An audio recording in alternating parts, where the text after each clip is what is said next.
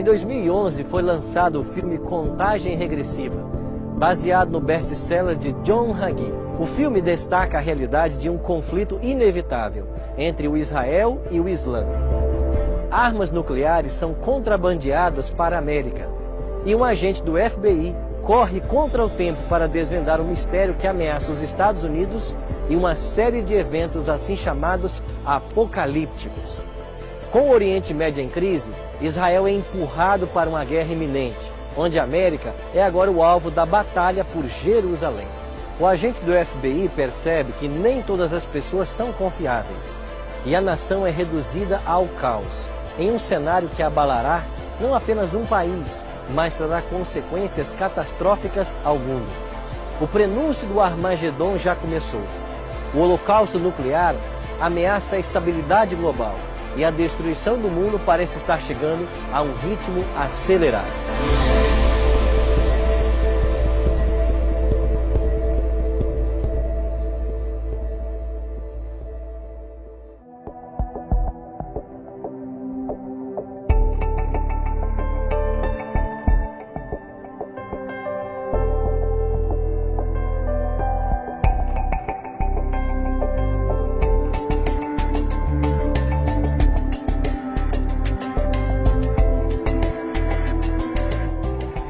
O que vem à sua mente quando você ouve a palavra apocalipse?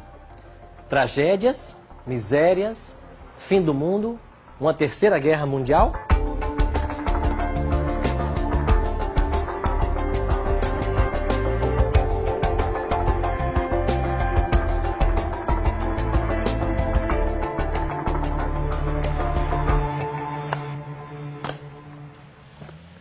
Nos últimos anos, vários filmes foram produzidos criando diferentes versões para o fim da história humana, o fim do planeta Terra.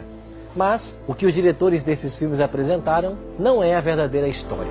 De fato, essa só a palavra de Deus, a Bíblia, pode apresentar.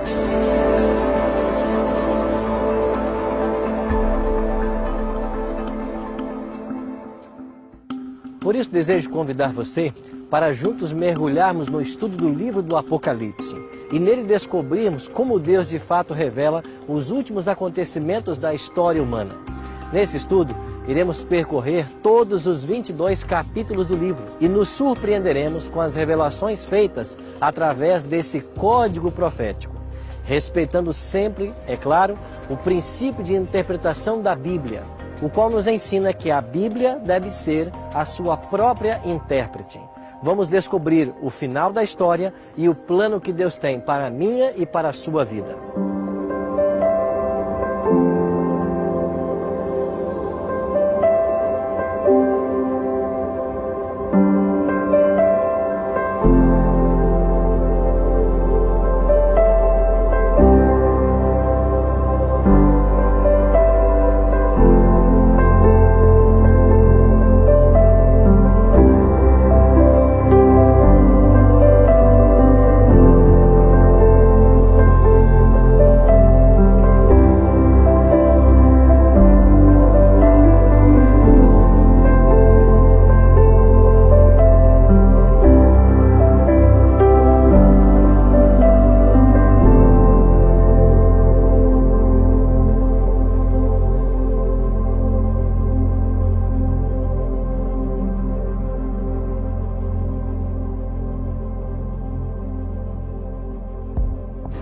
Há quase 2000 anos atrás, Deus se revelou ao seu servo João na ilha de Patmos, lá no mar Egeu. Nós estamos aqui numa ilha, no Rio de Janeiro, e a partir desta ilha, nós começaremos o estudo do livro do Apocalipse. João recebeu a ordem de escrever tudo o que ele havia visto, e essas revelações servem para o povo de Deus ao longo de toda a história da era cristã. Por isso eu quero convidar você para, a partir de agora, desta ilha aqui no Rio de Janeiro, nós começarmos o estudo do último e mais surpreendente livro da Bíblia, o livro do Apocalipse.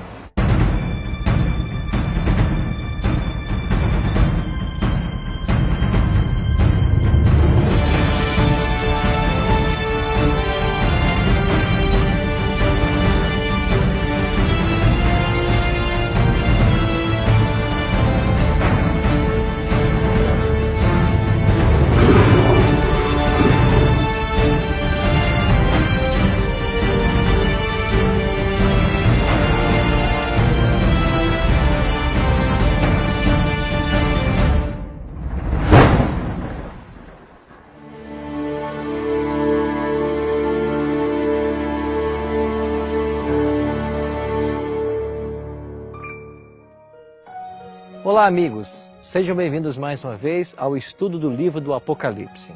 Hoje vamos estudar nosso primeiro tema, contagem regressiva para o futuro. Queria convidar você a tomar a sua Bíblia e estudarmos a partir de hoje esse extraordinário livro. Você já ouviu falar em Nostradamus, sobre suas profecias? Segundo alguns, ele tinha a capacidade de prever o futuro.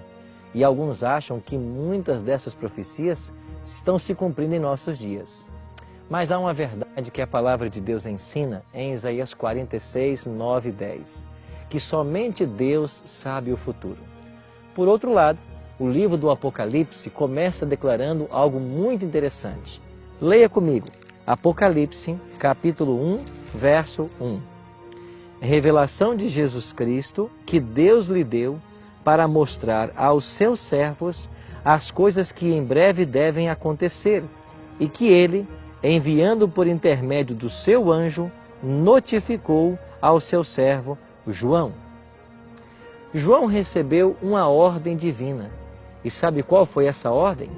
Aqui está ela, no versículo 11, dizendo: o que vês, escreve em livro e manda às 7 igrejas: Éfeso, Esmirna, Pérgamo, Tiatira, Sardes, Filadélfia e Laodiceia. Quem era João? Junto com Pedro e Tiago, João era um dos mais íntimos discípulos de Jesus. Por isso ficou conhecido como discípulo amado.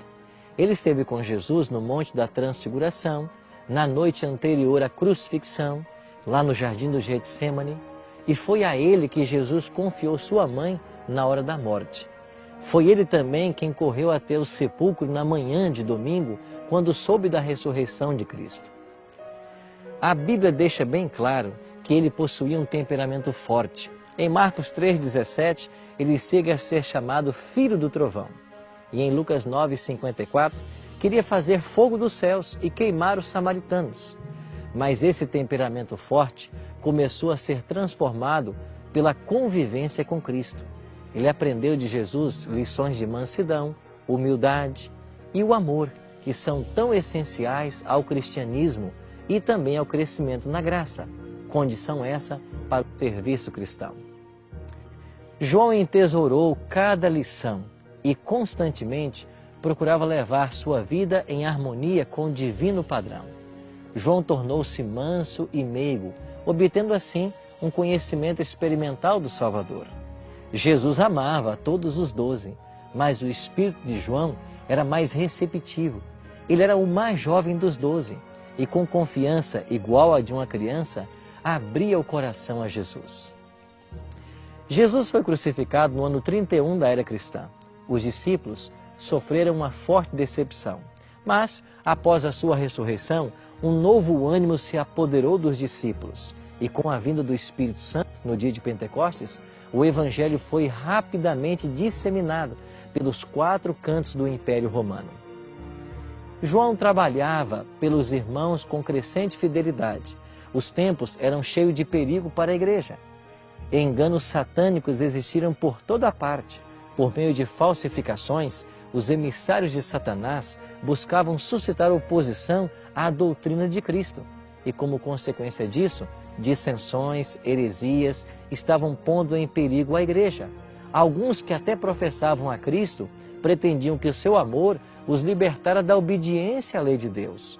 Por outro lado, muitos ensinavam que era necessário observar os costumes e cerimônias judaicos e que a mera observância da lei, mesmo sem fé no sangue de Cristo, era suficiente para a sua salvação. Assim, muitos eram levados a um labirinto de ceticismo e engano, e foi nesse contexto que João foi preso. Como Pedro, Paulo, João foi convocado a Roma para ser julgado por sua fé. Lá, perante as autoridades, as doutrinas do apóstolo foram deturpadas. Falsas testemunhas acusaram a João de ensinar heresias, e o imperador Domiciano, cheio de ira, ordenou a morte de João. João então foi lançado dentro de um caldeirão de óleo fervente, mas o Senhor preservou a vida desse fiel servo de Deus, da mesma maneira que preservara a vida dos 3 hebreus, Sadraque, Mesaque e Abednego, da fornalha ardente.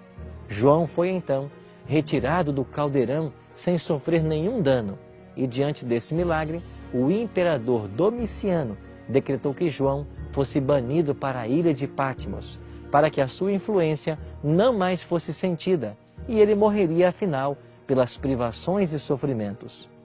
Segundo a tradição, João foi mandado para a ilha de Patmos por volta do ano 95 ou 96. Patmos era uma pequena ilha da Grécia, a 55 quilômetros da costa da Turquia, lá no Mar Egeu. Hoje, uma população de 3.000 habitantes mora nessa ilha. Por volta do 1º século, quando o Império Romano ainda dominava o mundo, a ilha foi usada como um lugar de banimento e prisão.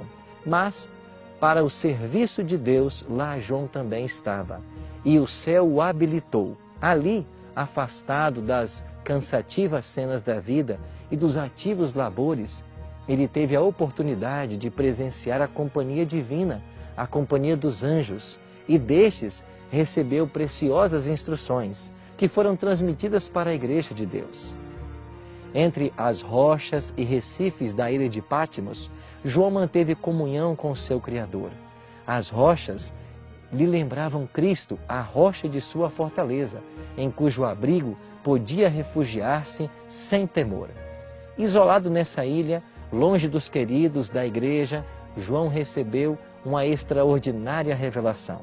Em Apocalipse capítulo 1, verso 10, nós lemos: Achei-me em espírito no dia do Senhor, e ouvi por detrás de mim grande voz, como de trombeta. A expressão achei-me em espírito de Apocalipse 1:10 indica o início das suas visões. As revelações do livro estavam começando a serem dadas. Havia-se passado cerca de 65 anos desde que João vira Jesus pela última vez.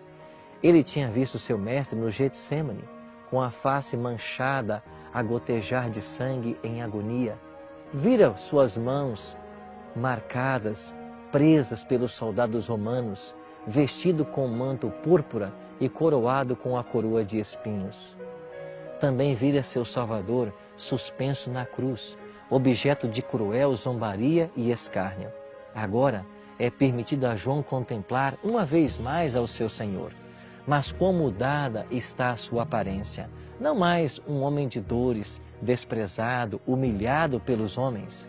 Ele vê agora o Cristo ressurreto, aquele que venceu a morte e pode salvar todos os que se aproximam dele. Na revelação a ele dada, foram desdobradas as cenas de uma empolgante experiência que o povo de Deus teria ao longo da história, a igreja em várias fases. Assim, nós podemos compreender melhor o livro de Apocalipse, através de suas figuras, seus simbolismos.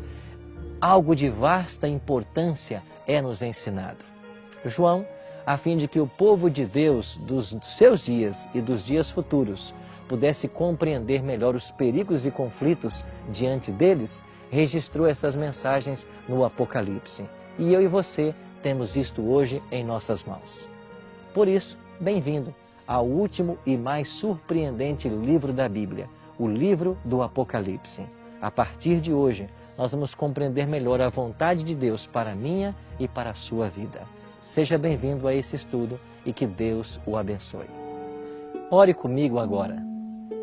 Bondoso Deus e Pai, obrigado por esse livro maravilhoso do Apocalipse e por todas as verdades que ele contém. Que nós possamos, a partir de agora, juntos nesse estudo, compreender a Tua vontade para a nossa vida. Oramos em nome de Cristo.